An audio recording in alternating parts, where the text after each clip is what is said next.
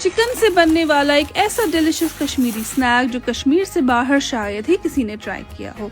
अस्सलामुअलैकुम, मैं हूँ मास्टर शेफ डॉक्टर रुखसार सईद। आइए मेरे किचन में मेरे साथ आज की स्पेशल रेसिपी देखने। ये है चिकन कांती।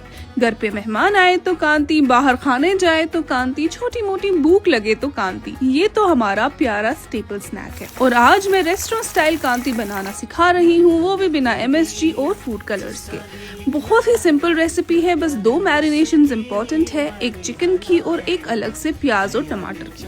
सबसे पहले बोनलेस चिकन के ऐसे क्यूब्स कट कर लेने हैं, फिर इसमें ऐड करेंगे कुछ बेसिक स्पाइसेस, कसूरी मेथी, विनेगर, दही, जिंजर गार्लिक पेस्ट और कॉर्नफ्लावर। इसे अच्छे से मिक्स करके साइड रख देंगे। सब्जियों में लेंगे पतले कटे हुए प्याज, टमाटर, हरी मिर्च और लहसुन। इसमें ऐड करें नीचे मेंशन स्पाइसेस, जीरा, कसूरी मेथी और विनेगर। इन्हें अच्छे से मसल कर मिक्स करके मैरिनेट होने के लिए रख लें।